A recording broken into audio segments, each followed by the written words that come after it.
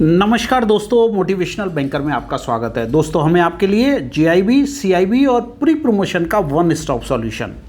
Friends, इस video lecture में हम डिस्कस कर रहे हैं एडवांस बैंक मैनेजमेंट का यूनिट 28 यानी वर्किंग कैपिटल फाइनेंस, और वर्किंग कैपिटल फाइनेंस पे ये हमारा सेकंड वीडियो है।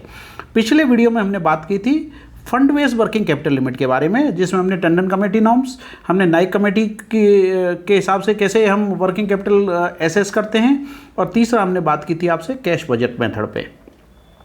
इस वीडियो लेक्चर में हम बात करेंगे non fund based working capital limit की। आप जानते हैं non fund based working capital limit में 3 तरह की फैसिलिटीज हम इंक्लूड करते हैं। पहली है बैंक गारंटी बेस्ड, दूसरी है एलसी बेस्ड, और तीसरी है बिल को एक्सेप्टेंस यानी एक तरह से बिल्स के अगेंस्ट में बैंक गारंटी ले लेता है। तो ये 3 जो फैसिलिटी है, इसमें किसी भी तरह का फंड का आउटले नहीं होता, परंतु ये कभी भी फंड बेस में कन्वर्ट हो सकती हैं। In non fund based facility there is no immediate outlay of the funds. The liability may or may not convert into fund based facility. In case borrower default it may convert immediately into fund based. अब आप समझिए, bank ने एक bank guarantee issue की, जो beneficiary है उसने इसको इन्वोक करा लिया ड्यू डेट से पहले। तो अभी जो नॉन फंड बेस थी वो कन्वर्ट किस में हो गई? फंड बेस में। ये फंड बेस में कन्वर्ट हो गई, बैंक को इसका इमीडिएट पेमेंट करना होता है। Hence these appear as contingent liability in the books of the banks.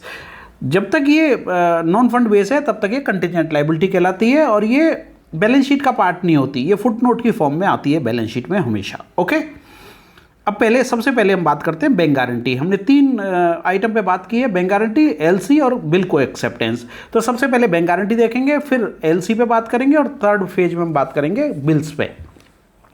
देखिए, बैंक गारंटी 2 टाइप की होती है।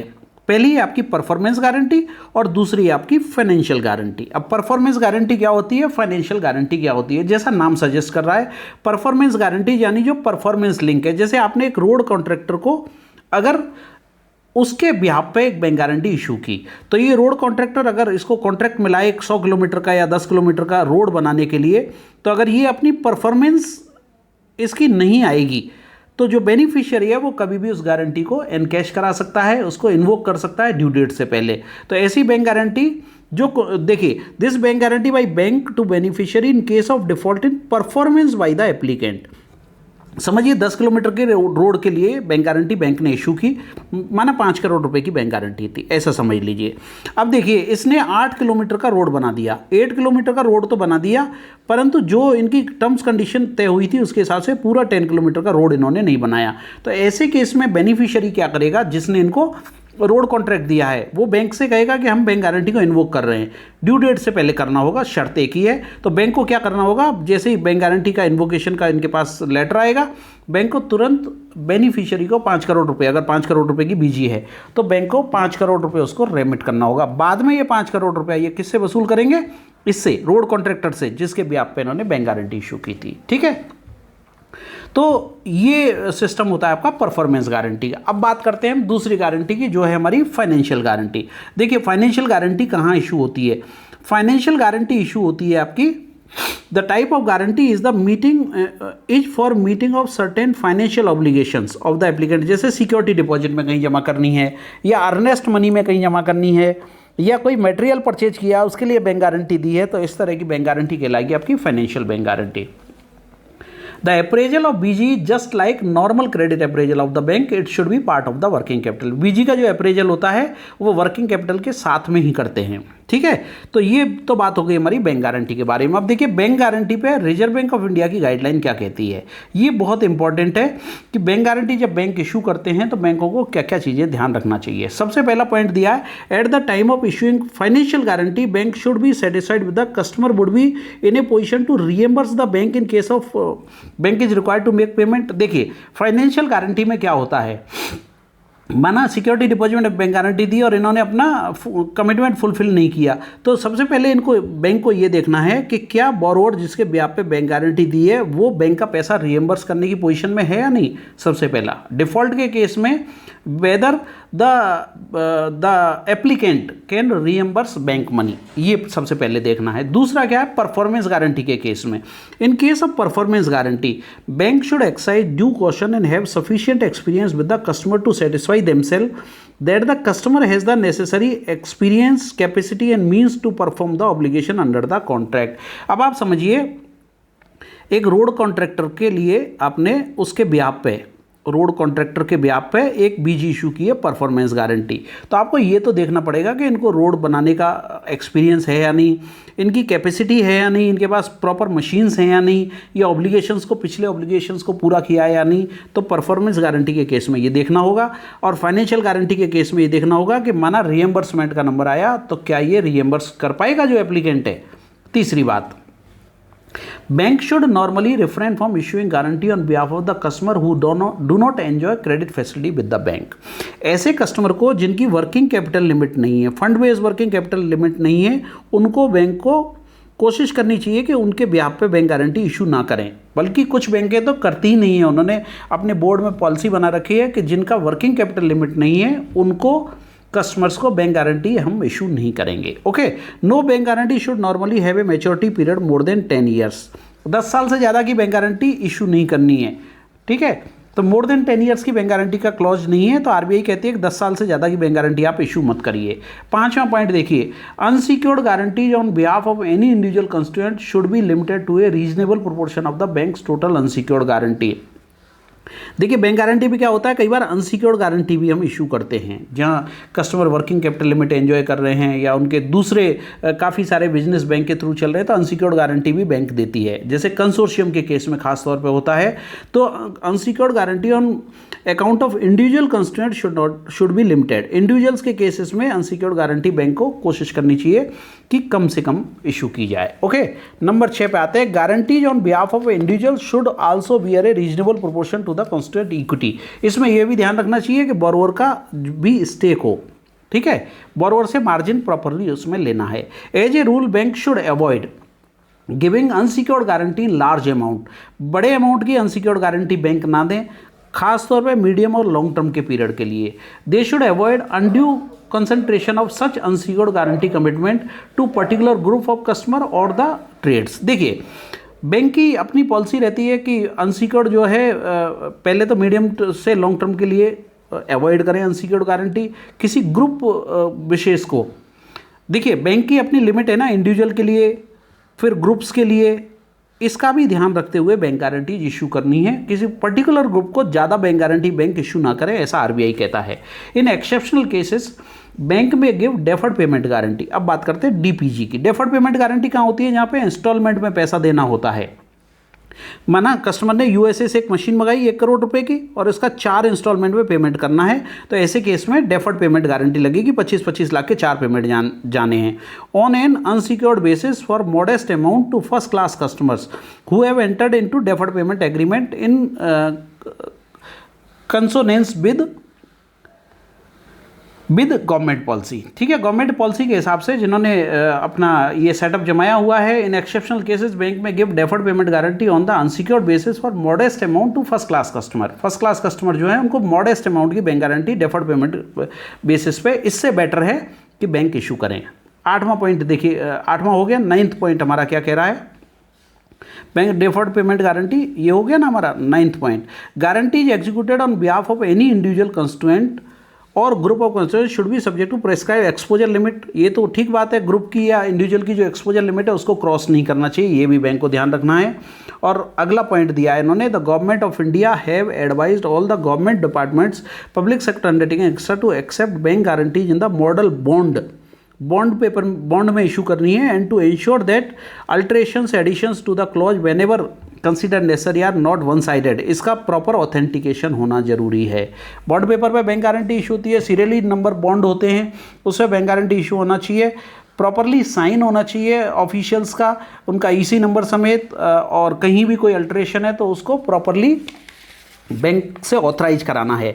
तो ये कुछ आरबीआई की गाइडलाइंस हैं जो इन्होंने कहा है कि डिफ़ॉल्ट के केस में, जैसे फाइनेंशियल गारंटी है तो डिफ़ॉल्ट के केस में क्या बोरोवर पे कर पाएगा ये देखना है। परफॉर्मेंस गारंटी है तो जो एप्लीकेंट है उसका एक्सपीरियंस देखना है आपको, उसकी कैपेसिटी देखनी है, ऑब्लिगेशंस को पहले पुराने ऑब्लिगेशंस को मीट आउट कर रहा है या नहीं ये भी आपको देखना है।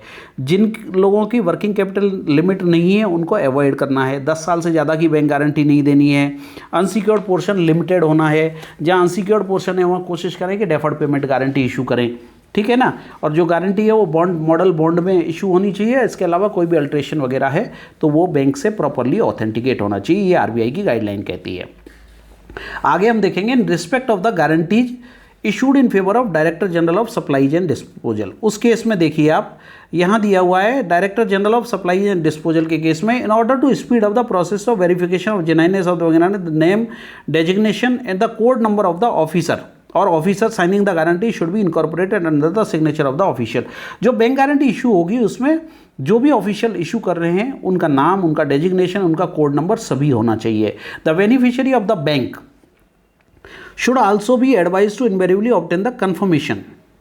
The beneficiary of the bank guarantee, जिसके फेवर में बैंक गारंटी इशू की गई है उसको बैंक से कंफर्मेशन मांगना है, ठीक है। इसके अलावा the initial period of the bank guarantee issued by the bank as a means of security is in director general of supplies and disposal, इसमें 6 महीने का एक्स्ट्रा ग्रेस पीरियड देना है, ये भी इन्होंने कहा है। Beyond the original delivery period bank में incorporate a suitable clause in their bank guarantee providing automatic extension of the validity period of the guarantee by 6 months, ठीक है। And also obtain suitable undertaking from the customer at the time of establishing the guarantee to avoid any possible complications later, okay. अगला जो clause दिया है इसमें ये और भी इंपॉर्टेंट है, एक clause would be incorporated by directorate general of supplies and disposal in the tender form of director general of supplies and disposal to the effect that whenever a firm fails to supply the stores within the delivery period of the contract wherever bank guarantee has been furnished, the request for extension for delivery period will automatically be taken as an agreement for the getting bank guarantee extended. Bank should make similar provision in the bank guarantee for automatic extension. तो ऐसे case में जो 6 महीने का ये period दिया है, इनको ग्रेस पीरियड दिया है, वो 6 महीने का ऑटोमेटिक एक्सटेंशन का क्लॉज भी बैंकों को डालना है बैंक गारंटी में, ओके। अगर शेयर ब्रोकर्स के ब्याह पे बैंक गारंटी इशू करनी है, कमोडिटी ब्रोकर, एनसीडेक्स, एमसीएक्स, इनके ब्याह पे इशू करनी है तो कम से कम मार्जिन 50% होना है और 25% कैश मार्जिन होना जरूरी है। ये आरबीआई की गाइडलाइंस कहती हैं बैंक गारंटी के बारे में, ठीक है। तो बैंक गारंटी में हमने क्या क्या पढ़ लिया, बैंक गारंटी में हमने पढ़ लिया कि कौन कौन सी बैंक गारंटी होती है हमारी। देखिए यहाँ हमने देखा हमारी परफॉर्मेंस गारंटी और फाइनेंशियल गारंटी।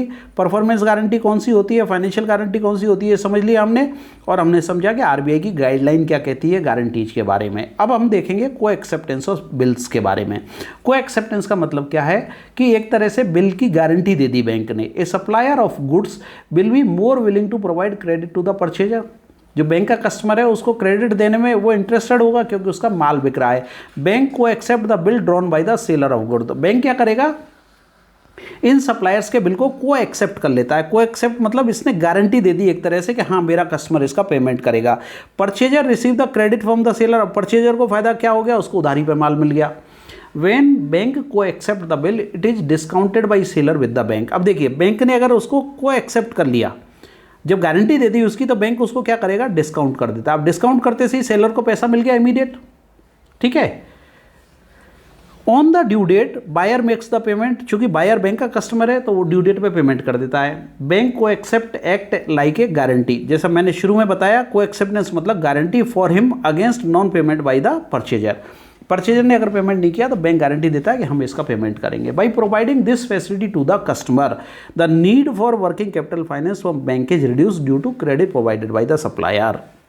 अब देखिए, जब सप्लायर को जो उसने गुड्स सेल किया है उसके अगेंस्ट में उसको कैश मिल गया, उसने डिस्काउंट करा लिया उस बिल को, तो उसको कैश मिल गया। अब कैश मिल गया तो ये क्या है, वर्किंग कैपिटल ही तो है भाई। वर्किंग कैपिटल साइकिल में क्या होता है, हम कैश से लेके और कैश तक ही पहुंचते हैं। यहाँ जब उसको डायरेक्ट कैश मिल रहा है तो ये second form of working capital है। ये आपको फंड बेस्ड वर्किंग कैपिटल नहीं मिल रही है, पर ये को एक्सेप्टेंस ऑफ बिल की फॉर्म में वर्किंग कैपिटल जो सेलर है उसको मिल रहा है, ठीक है। अब बात करते हैं हम तीसरे पॉइंट पे, that is letter of credit. अब देखिए एलसी क्या है। LC is an undertaking of the issuing bank to make payment to the beneficiary against delivery of documents as per LC terms. LC की जो टर्म्स कंडीशन है उसके हिसाब से अगर डॉक्यूमेंट आएंगे तो ड्यू डेट पे इसका पेमेंट मिल जाएगा। To make payment to the beneficiary against delivery of document, जब बेनिफिशियरी डॉक्यूमेंट डिलीवर कर देगा बैंक को, वो ओके होने के बाद उसको पेमेंट मिल जाएगा। LC is issued to cover purchase of goods. LC किस लिए इशू की जाती है? जो गुड्स परचेज की है उसके अगेंस्ट में एक तरह की एलसी भी, लेटर ऑफ क्रेडिट भी गारंटी है। Usance bill LC is a substitute for fund based working capital limit. जो यूसेंस बिल एलसी है वो भी वर्किंग कैपिटल लिमिट का सब्स्टिट्यूट है, ठीक है। और जो एलसी है वो यूसीपी 600, जो हमारा uniform custom and practice for documentary credit है 600, उसके अंतर्गत आती है। ये सेट ऑफ रूल्स हैं जो आईसीसी ने एग्री किए हैं, ठीक है ना, इंटरनेशनल चैम्बर ऑफ कॉमर्स ने एक्सेप्ट किए हैं। वो ये सेट ऑफ रूल्स हैं जिनसे एलसी जो है रेगुलेट होती है। अब हम देखेंगे कि एलसी का अप्रेजल कैसे करेंगे। एलसी के अगेंस्ट में अगर हमको फंड्स देना है तो उसका अप्रेजल कैसे करेंगे। देखिए इसमें कुछ पॉइंट्स हैं जो आपको ध्यान रखने हैं। एलसी का अप्रेजल करने में 5-6 पॉइंट हैं जिनका आपको ध्यान रखना है। सबसे पहले है total consumption of raw material. LC के अगेंस्ट में जो रॉ मटेरियल खरीद, देखिए एलसी किस लिए इशू करा रहे हैं बैंक से? जो रॉ मटेरियल खरीदा है उसके अगेंस्ट में बैंक लेटर ऑफ क्रेडिट दे रहा है। तो कंजम्पशन ऑफ रॉ मटेरियल कितना है टोटल, पहली बात। फिर लीड टाइम कितना है। लीड टाइम का मतलब क्या है? प्रोकरमेंट टाइम क्या होता है, यानी गुड्स को रिसीव करने में कितना टाइम लगेगा ट्रांजिट पीरियड समेत एलसी ओपन करने के बाद में। तो लीड टाइम कितना है। इसके अलावा ट्रांजिट पीरियड कितना है जो आने में टाइम लगेगा। यूसेंस पीरियड कितना है। इसके अलावा frequency of opening of LC क्या है, कितने टाइम में एलसी ओपन होती है। और number of LC outstanding at any point of time, कितनी एलसी आउटस्टैंडिंग रहेंगी एक समय पे।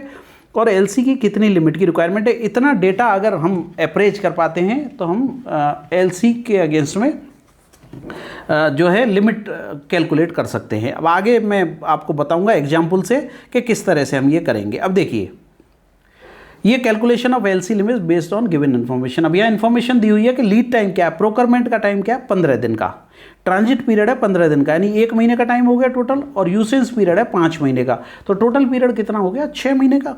15 दिन का आपका लीड टाइम, 15 दिन का आपका ट्रांजिट पीरियड और 5 महीने का यूसेंस पीरियड। तो टोटल पीरियड कितना हो गया 6 महीने।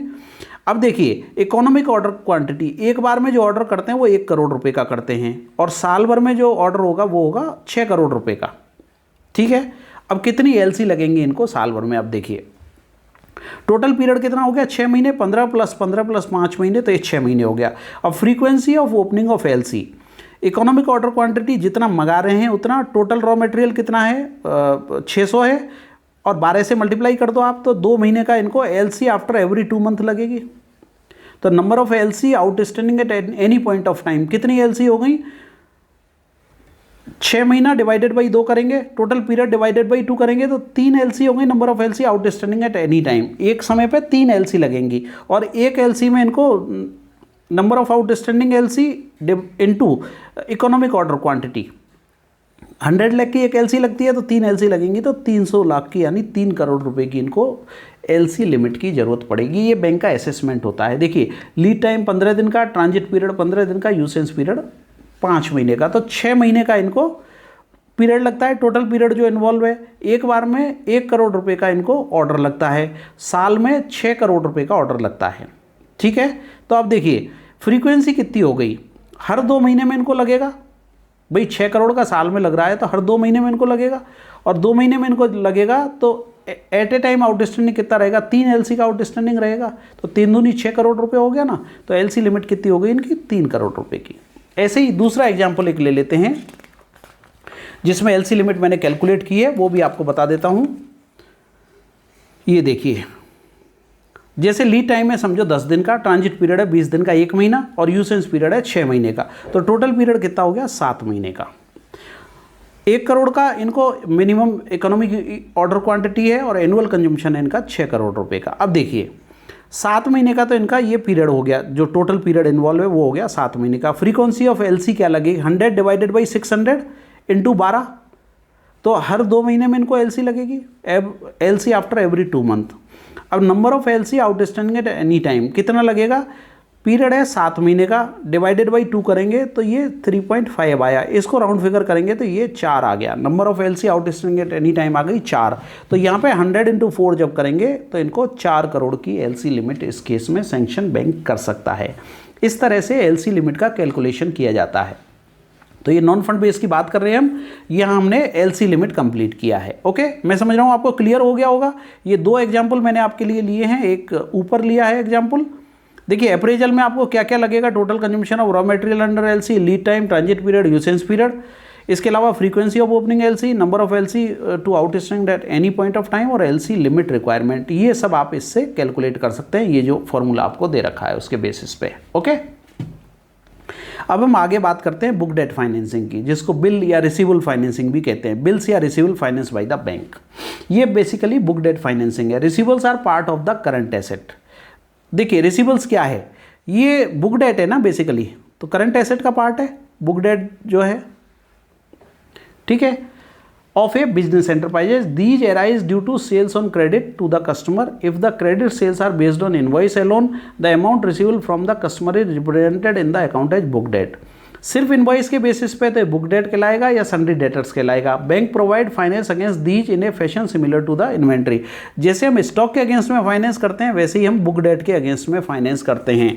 आप जानते हैं बुक डेट के अगेंस्ट में बैंक क्या करती है, एज वाइज बुक डेट मांगती है। जब बुक डेट में हम फाइनेंस करते हैं तो हम एज वाइज बुक डेट मांगते हैं बोरोवर से कि 1 महीने के बुक डेट कितने हैं, 2 महीने कितने हैं, 3 महीने कितने हैं, 6 महीने के कितने हैं, मोर देन 6 मंथ्स कितने हैं। मोर देन 6 मंथ्स को तो जनरली हम कंसीडर करते ही नहीं हैं, इसको तो नॉन करंट एसेट में हम ट्रांसफर कर देते हैं। 6 महीने से ज़्यादा के बुक डेट को कोई बैंक फाइनेंस नहीं करेगा। बैंकें जो यूजुअली फाइनेंस करती हैं वो 3 मंथ्स के बुक डेट को फाइनेंस करती हैं। गवर्नमेंट के केस में ये 5 से 6 महीने हो सकता है। जनरली 5 महीने का बुक डेट फाइनेंस करते हैं गवर्नमेंट के केस में, ज़्यादा से ज़्यादा 6 महीने का हो सकता है, ठीक है ना। तो बुक डेट के अगेंस्ट में ये फाइनेंस की हम बात कर रहे हैं। The bank provide finance against these in a fashion similar to that of inventory. The borrower submits a statement of book debt and bank calculate the drawing power by deducting the applicable margin. Bank अपना margin निकाल के और बाकी का इसको finance कर देगी। 3 महीने का फाइनेंस होता है जैसा मैंने आपको बताया। गवर्नमेंट के केस में 5 से 6 महीने का हम कंसीडर कर सकते हैं। 6 महीने से ऊपर का अगर बुक डेट है तो उसको हम नॉन करंट एसेट मान के चलते हैं। एक और मेथड है जो बिल ऑफ एक्सचेंज के अगेंस्ट में हम फाइनेंस करते हैं, डिमांड बिल के अगेंस्ट में या यूसेंस बिल के अगेंस्ट में या बिल्स जो एलसी के अगेंस्ट में ड्रॉ किए जाते हैं उनके अगेंस्ट में। देखिए सबसे पहले बात तो आप ये समझिए, डिमांड बिल के अगेंस्ट में बैंक परचेज करता है, यूसेंस बिल को बैंक डिस्काउंट करता है और जो बिल ड्रॉ होते हैं अंडर एलसी उनको बैंक नेगोशिएट करता है। ये बात आपको क्लियर होनी चाहिए। डिमांड बिल के केस में बैंक करता है परचेज, ठीक है। यूसेंस बिल जो है वो डिस्काउंट किए जाते हैं और बिल जो एलसी के अंडर में आते हैं उनको बैंक नेगोशिएट करता है। ये आपको क्लैरिटी होनी चाहिए चीज़ों की, ताकि आपको समझने में भी दिक्कत नहीं होगी, ठीक है। अब बात कर लेते हैं हम सबसे पहले डिमांड बिल के बारे में। डिमांड बिल क्या है? If no credit is to be provided to the customer a demand bill is drawn. अगर कोई क्रेडिट उसको नहीं दिया है तो वो डिमांड बिल, देखिए डिमांड बिल का मतलब क्या है, मैंने 100 रुपये का सामान खरीदा, जो सेलर है उसने बिल बना के दिया मुझे और डिमांड किया भैया पैसा दे दो, मैंने पैसा दे दिया, हो गया demand bill. If no credit is to be provide to the customer a demand bill is drawn. सबसे पहली बात, this along with the transport document of GR goods receipt or railway receipt is given to the bank either for collection or purchase. अब देखिए इसमें दूसरी चीज़ क्या है, कई बार ये जो बिल ड्रॉ किया वो बैंक को दे दिया सेलर ने, किसके लिए? कलेक्शन के लिए, या फिर बैंक परचेज कर लेगा। मैंने अभी बताया डिमांड बिल को परचेज किया जाता है। If the bank purchase the bill it provide immediate credit to the seller. अगर बैंक इसको परचेज कर रहा है तो 100% तक इसको क्रेडिट दे देगा, इमीडिएट क्रेडिट, तो सेलर को क्रेडिट मिल गया। After collecting the usual charges तो लेगा ही खैर bank. In case of either purchase or collection the bank branch at the purchaser's place present the bill to him and deliver the transport document to him against payment of the bill. अब देखिए जो buyer है, समझो एक buyer है वो दिल्ली से सामान लेके आया, ऐसे करते हैं, ये बायर है इसने दिल्ली से सामान खरीदा, ठीक है। अब इस पे बिल जनरेट हुआ, डिमांड बिल जनरेट किया, ये बिल भेज दिया बैंक को। अब बैंक ने क्या किया, जब इसको GR या RR के साथ में ये बिल रिसीव हुआ तो बैंक क्या करेगा, उसको इंटीमेशन देगा बायर को। बायर को कहेगा आप ये पैसा पे करिए, यहाँ से डॉक्यूमेंट्स आप रिलीज करा लीजिए और अपना जो ट्रांसपोर्ट है उससे माल छुड़ा लीजिए। इस तरह का सिस्टम चलता है। In case of either purchase or collection, the bank branch at the purchaser's place present the bill to him. Purchaser जहाँ है वहाँ पे, जैसे दिल्ली से बिल आया समझो जयपुर के लिए, तो जयपुर में present the bill to him and deliver the transport document to him against payment of the bill. ये पैसा दे देगा, जयपुर में बैंक को पैसा दे देगा, इसको डॉक्यूमेंट्स डिलीवर हो जाएंगे और ये अपना माल ट्रांसपोर्ट से ले लेगा। In case of collection till the payment is credited to the seller account the amount is shown, one second, till the payment credited to the seller the amount is shown as book date of his books. In case of purchase of the bill by the bank the amount of bill is not represented in the books. देखो जब purchase कर लिया तो book date में दिखाएंगे नहीं, और अगर परचेज नहीं किया है तो बुक डेट में इसको शो करेंगे। ठीक है, अब बात करते हैं हम यूसेंस बिल की। मैं समझ रहा हूँ ऊपर क्लियर हो गया होगा, आपको कोई डाउट नहीं है। ये देखिए एक बार फिर देख लेते हैं। देखिए डिमांड बिल में क्या होता है, जब कोई उधारी नहीं मिल रही है, जब कोई क्रेडिट में माल नहीं बेचा जा रहा है तो डिमांड बिल जनरेट हुआ। एक तो तरीका ये है कि मैंने गुड्स खरीदा, सेलर ने बिल बनाया, मुझे इनवॉइस बनाया और मैंने पेमेंट कर दिया। एक तो तरीका ये हो गया, ये तो सिंपलेस्ट वे हो गया। दूसरा तरीका ये हो गया कि जो सेलर है वो है दिल्ली में और बायर है जयपुर में। अब सेलर ने बायर को माल बेचा, इसने इस पर बिल रेज किया, ठीक है ना। इसके साथ में माना ये जो गुड्स है इसने जयपुर भेजा, किससे, रेलवे से, तो रेलवे रिसीट जो बनी वो बिल के साथ में भेज दी उसने बैंक को। अब बैंक क्या करेगा, जयपुर में ये इसने बैंक को भेज दी। अभी जयपुर में बैंक जो है वो इसको बायर को कांटेक्ट करेगा और बायर को कहेगा कि आप पेमेंट के अगेंस्ट में अपना जो बिल है वो हमसे रिलीज करा लीजिए। तो बायर बैंक को पेमेंट दे देगा और ये पेमेंट जो है बैंक अपना कमीशन लेके और उसको सेलर को पे कर देगा। ये सिंपल तरीका है। दूसरा तरीका है देखिए यूसेंस बिल का। यूसेंस बिल में क्या होता है, यूसेंस बिल का मतलब है कि जहाँ पे सेल्स क्रेडिट पे मिल रही है, उधारी पे मिल रही है, इस बिल को परचेजर एक्सेप्ट करता है और टर्म्स कंडीशन के साथ में इसको एक्सेप्ट करता है। बैंक इसको फाइनेंस के लिए एक्सेप्ट करता है, बिल बैंक को भेजा जाता है और इस बिल पर सेलर को डिस्काउंट करके बैंक फाइनेंस दे देता है। तो देखिए if the credit is to be provided on the sales a bill of exchange it is called usance bill. पहली बात तो यूसेंस बिल डिस्काउंट किया जाता है, परचेज नहीं किया जाता, आपको याद रखना है। Mentioning the period of payment is drawn on the purchaser is accepted by him. Purchaser ने एक्सेप्ट कर लिया, the outstanding amount is shown in the accounts as bills receivable. देखिए जो बुक डेट है इसी को बिल्स रिसीवेबल भी अपन बोलते हैं। दोनों में खास कोई फर्क नहीं है। अगर यूसेंस बिल है तो ये बिल्स रिसीवेबल है और अगर डिमांड बिल है तो ये बुक डेट कहलाएगा। बस इतना सा फर्क है, ठीक है ना। दोनों एक ही बातें हैं। The bank finance either the accepted bill is given to the bank or the documents are sent through bank which delivers the same to the purchaser against the acceptance of the bill. वैसे ही है जैसा demand bill में होता है, यहाँ पे purchaser को ये बिल दिया जाएगा। Bank provide finance to the seller by discounting the usance bill. इसको बैंक क्या करेगा, डिस्काउंट कर देता है। तो यहाँ सेलर को फाइनेंस मिल गया after deducting the usual charges. Bank के चार्जेज हैं वो बैंक इससे डेबिट कर लेगा, अपना इंटरेस्ट ले लेगा और इस बिल को डिस्काउंट कर देगा। The advantage of sale under bill of exchange which are governed by NI act is the increase legal protection in case of default by the customer. अगर कस्टमर डिफॉल्ट करता है तो एनआई एक्ट में इसमें protection मिला हुआ है, इसलिए ज़्यादा चिंता की जरूरत नहीं है। यहाँ मैंने दिखाया हुआ है कि बिल्स का क्या किया जाता है। देखो in the terms used in bill finance is purchase, discount and negotiation. Purchase कहाँ लगेगा, जहाँ पे डिमांड बिल है। डिस्काउंट कहाँ लगेगा, जहाँ पे यूसेंस बिल है। और नेगोशिएशन कहाँ लगेगा, जहाँ बिल ड्रॉन अंडर एलसी है। यहाँ पे ऐसे बिल को नेगोशिएट किया जाता है। तो मैं समझ रहा हूँ कि डिमांड बिल और यूसेंस बिल आपको क्लियर हो गया होगा। बिल फाइनेंसिंग की हम बात कर रहे थे, रिसीवेबल्स के अगेंस्ट में कैसे फाइनेंस करते हैं, और इससे पहले हमने बात की एलसी और बीजी के बारे में। अब हम गाइडलाइंस देखेंगे, आरबीआई की गाइडलाइन क्या कहती है डिस्काउंटिंग या रीडिस्काउंटिंग ऑफ बिल्स के बारे में। आरबीआई की गाइडलाइन देख लेते हैं। बिल्स को डिस्काउंट या रीडिस्काउंट करते हैं तो वहाँ आरबीआई की गाइडलाइन क्या कहती है। आरबीआई कहती है कि जो भी बिल्स हैं बैंक में sanction working capital limit as also bills limit to borrower after proper appraisal of the credit needs and in accordance with the loan policy of approved. देखिए जैसे बैंक वर्किंग कैपिटल लिमिट देती है ऐसे bill finance limit भी दे सकती है। Bank की जो पॉलिसी है उसके हिसाब से बैंक को देना है। In order to address the often cited problem in delay in realisation of the bill, bank में यूज SFMS जो स्ट्रक्चर फाइनेंशियल मैसेजिंग सिस्टम है उसको यूज कर सकते हैं, या वैल्यू डेटिंग को यूज कर सकते हैं। जहाँ पे प्राइस फ्लक्चुएशन हो वहाँ पे वैल्यू डेटिंग को भी इस्तेमाल कर सकते हैं। ठीक है। थर्ड पॉइंट में देखिए बैंक क्या कहता है, the practice of drawing bill of exchange clause without recourse should be discourage. Without recourse में क्या है, बैंक को यहाँ रिकोर्स नहीं मिलता है तो ऐसे बिल्स को डिस्करेज करना चाहिए बैंक को। एकोमोडेशन बिल्स को बैंक को डिस्काउंट नहीं करना है, परचेज नहीं करना है, ना नेगोशिएट करना है। एकोमोडेशन बिल कौन से होते हैं, जिनमें जेन्युइन ट्रांजेक्शन नहीं होता, जो बोगस बिल होते हैं, सिर्फ बुकिश एंट्री के लिए जो किए जाते हैं। ठीक है, तो ऐसे बिल को ना तो परचेज करेगा बैंक, ना डिस्काउंट करेगा और ना नेगोशिएट करेगा।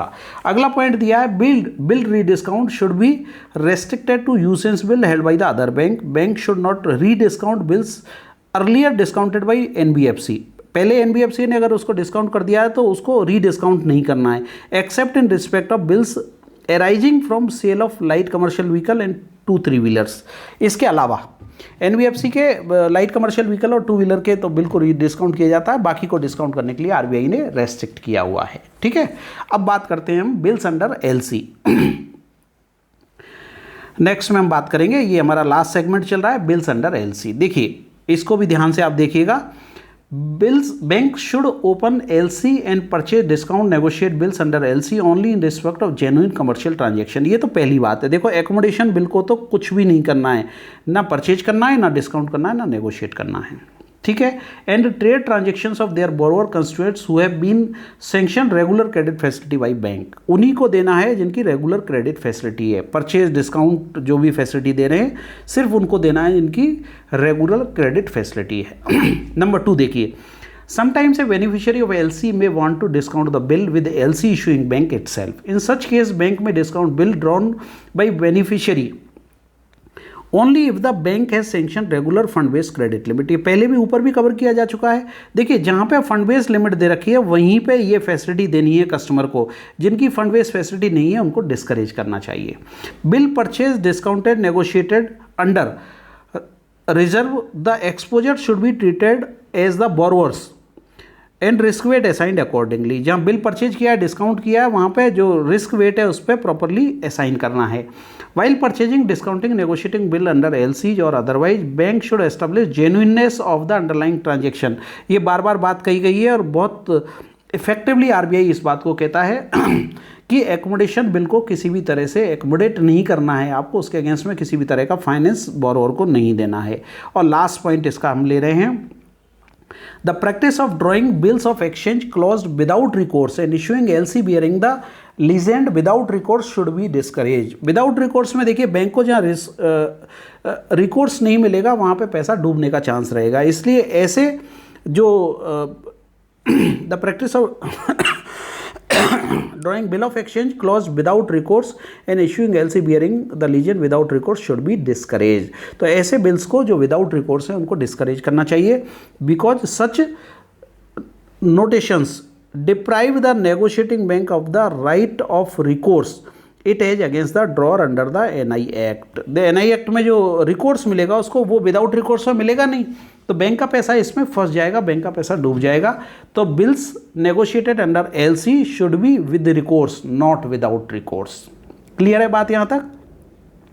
इसी के साथ हम ये सेकंड यूनिट ख़त्म कर रहे हैं। देखिए एक बार हम देख लेते हैं सेकंड यूनिट में हमने क्या क्या कवर किया है।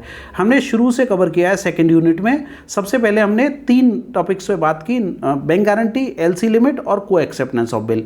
बैंक गारंटी में हमने आपको परफॉर्मेंस और फाइनेंशियल गारंटी बताई, आगे डेफर्ड पेमेंट गारंटी पे भी बात की। इसके अलावा RBI की गाइडलाइन बैंक गारंटी को लेकर क्या कहती है ये हमने कवर किया इसमें। इसके बाद हमने कवर किया को एक्सेप्टेंस ऑफ बिल, यानी कि बैंक जो गारंटी देती है बिल्स की उसको कवर किया है। इसके बाद LC का मैकेनिज्म बताया, LC पे लिमिट किस तरह से फिक्स की जाती है वो हमने 2 एग्जांपल देके आपको बताया है। फिर बिल रिसीवेबल और फाइनेंस बाय द बैंक बताया आपको। इसके अलावा डिमांड बिल, यूसेंस बिल, इनको परचेज करना है, डिस्काउंट करना है, और बिल अंडर LC डिस्काउंट री डिस्काउंट के बारे में भी बताया कि RBI क्या कहती है। और इसके बाद बिल्स अंडर एलसी के बारे में आपको बताया है। तो ये नॉन फंड बेस्ड मेथड हैं वर्किंग कैपिटल लिमिट के। ये जो हमने इसमें कवर किए हैं ये हैं आपके non fund based working capital के। पहले यूनिट में हमने फंड बेस्ड कवर किया है और सेकेंड में हम नॉन फंड बेस्ड कवर किया है। अगले यूनिट में हम TREDS के बारे में बात करेंगे, ट्रेड रिसीवेबल डिस्काउंटिंग सिस्टम। इसके अलावा कमर्शियल पेपर की जो वर्किंग कैपिटल फाइनेंस है उस पर भी हम डिस्कस करेंगे। मैं उम्मीद करता हूँ फ्रेंड्स कि इस वीडियो का कंटेंट आपके एग्जाम के पॉइंट ऑफ व्यू से काफ़ी इंपॉर्टेंट होगा और आपके लिए वीडियो काफ़ी यूजफुल होगा। Thank you very much friends for watching this video.